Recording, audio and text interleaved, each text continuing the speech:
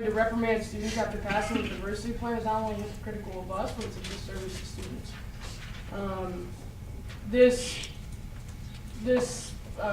Or the government bill, I think, focuses on the broader issue, which is important because that's what we're focusing on in the diversity plan. We're not focusing on small issues. We're focusing on the university as a whole. We're focusing on the betterment of the entire student body. And we're focusing on the fact that not all students are perfect and not all of us understand what certain things mean to certain cultures. And we're okay with that as a student body and as a student government. And we need to work to make other people, or to provide those situations where people can become more knowledgeable.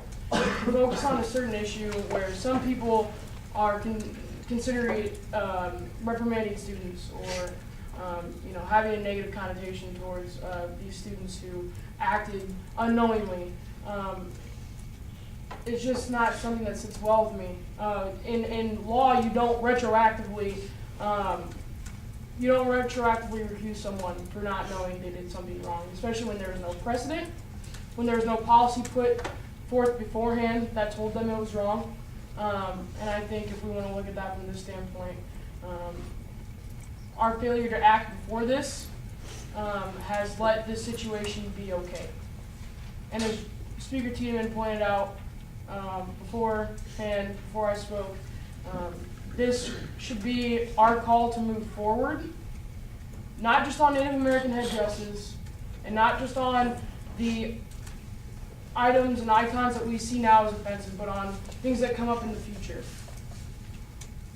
The Senate bill doesn't do that. It doesn't allow us any wiggle room to change how we feel or to educate students on different issues. It only gives us the ability to educate the students on the Native American headdress. And while that is very, very important, this is an opportunity for us to educate the student body on more things than just the Native American headdress.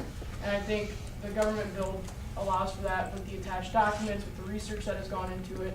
I would really encourage the Senate as a whole to think about how we want to bring about justice for the people who felt wrong, because they have every right to feel wrong. But we don't go about it by reprimanding the students who had no policy before this action, to tell them that that situation was wrong. That's not how you bring about justice. And so I would ask that you all support the government bill because it does do a great amount of good for the entire student body and focuses on more issues than this one. I want to take a brief moment to remind any senators just that you can use your laptop to certainly look up anything pertaining to Senate Bill 15 or Government Bill 13. Students have their similar legislation, but as soon as you're done, please put it away. So at this time, Senator Fennell. Yeah, I just want to, looking at both bills, the Senate bill, yes, it does mention the specific event, and the other bills has all the examples. I think it is definitely important to look at all of the examples, and I think the research that was put into Government Bill 13, the same research was put into Senate Bill 15, but it also recognizes what's going on our campus, and I think that's important as well. I think you can't ignore what's happening on your own campus and only look at other campuses. Their situations are maybe completely different than what is happening on our own campus. I think it's very important to look at these examples and use them as guidelines, but you cannot ignore what happened on our own campus. I also want to point out that the executive committee spent 4 weeks on this, discussing it, talking with Unite, meeting with people, and they went with Senate Bill number 15. It passed 8-6, and I know that there's people that may have changed their mind since then, but it passed 8-6. That was the majority vote. This is the bill that came forward. I think it's important to respect the work that was put into this bill and to respect the executive committee and the amount of time that they have spent on this, and it passed 8-6. So I think it's important to look at what's going on your campus and also the work that went into this specific bill and that it passed 8-6. So I fully support Senate Bill number 15. Senator Kelly. Well, actually, to respond to what Senator Fennell said, we did put a lot of time into this, and I can see the college working in Vice President Coburn's head. But we brought forward both of these resolutions so that there could be an open dialogue like this. And the point of exec going through and debating this issue, debating this resolution, is not so that we can come up with a finished product present it to you and sort of not force feed, but encourage you to vote in a way that maybe we would have voted.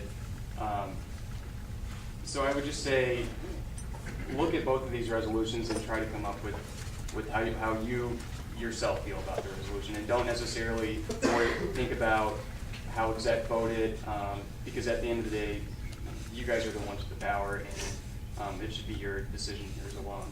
And then just to respond to a couple of points that were made, Mike Dunn, going back to the swastika example, I'm glad Senator Whitsett brought that up. Prior to that, you said that intent does not matter in hate speech, but it absolutely does matter. The term hate speech has an implied intent. You are performing some kind of act with the intent of expressing hatred towards a particular group, and that's not what this happens. You absolutely cannot call this hate speech because there was no intent of hatred in the act.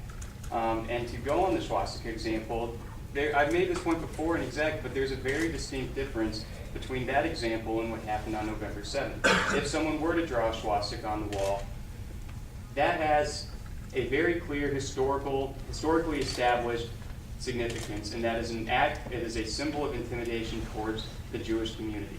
And you can say the same thing about the headdress, but the fact is that the headdress does not have that same established significance. It wasn't seen as an act of intimidation. So right there, I kind of have a problem with buying that example as his refuting argument. The fact is that the headdress was meant to intimidate the Oklahoma students, not the Lakota tribe. Moreover, I'd like to respond to something Senator Green said, steer clear of analogies. My analogy made perfect sense, and I'll respectfully disagree with her. I think that's just a way of evading debate. The point I was making was that regardless of the nature of the offense, it doesn't matter why it was offensive. The crime that we're talking about here is the fact that these people were offended. And you can't hold that against a person when they don't know why it would be culturally offensive. So I used the Nike shoes, I used the pink sweater example 3 weeks ago. It doesn't matter why it's offended, but you have to let the person know, and there has to be some sort of established understanding of why it would be offensive before you can go and call it a hate speech. And I've heard the words hate speech and bigotry and cultural intolerance and uninclusiveness used over and over tonight. And I mean, frankly, I'm a little offended that we're characterizing students at this university and at the administration as being culturally uninclusive and discriminatory when these students had no idea why this would be culturally significant. And in point of fact, half of the students on exec didn't even know why this was culturally insensitive. And we're supposed to be the ones that are more in tune to that sort of thing. So I have kind of a hard time understanding why we would place blame on these students or call it an act of hatred when half of the people in this room didn't understand why it was an act of hatred. And then moreover, I'll just finish by saying, I mean, if we're going to talk about empathy, as Senator Green brought up, I don't understand why the Lakota tribe merits any greater empathy than any other group. I'm offended by fanatical Christians preaching in the plaza and pro-abortion activists protesting at the state capitol. Does the university administration not have the same obligation to appease my hurt? I'll close with that. CFA Chair Lilia. I will say a couple of things. First of all, just a clarification of the vote. It was 8-5. One person had left, but they would have apparently voted 8-6, and apparently another person was wavering. I want to just mention really quickly that all of exec votes on these items, I voted in favor of Bill 15. I will say that. Personally, I still feel the same way. But not all of exec can vote on this. So if you look at it in terms of that, the divide is even greater. With that said, I give my support. I'm impressed by Bill 15. Also, with the points that Senators Green, Shulhanek, and Fennell have made tonight. But I'm not to say that Brian or Senator VP Brian or Mr. Speaker of the Senate Tiedemann are off base with what they're recommending. I just want to say the condemnation of finger pointing presumably made by this bill, I don't see it at all. If you want to talk about condemnation of finger pointing, have you read the police reports in, the Daily Nebraskan, arguably this is a far more greater offense. The items themselves, like, I realize it's important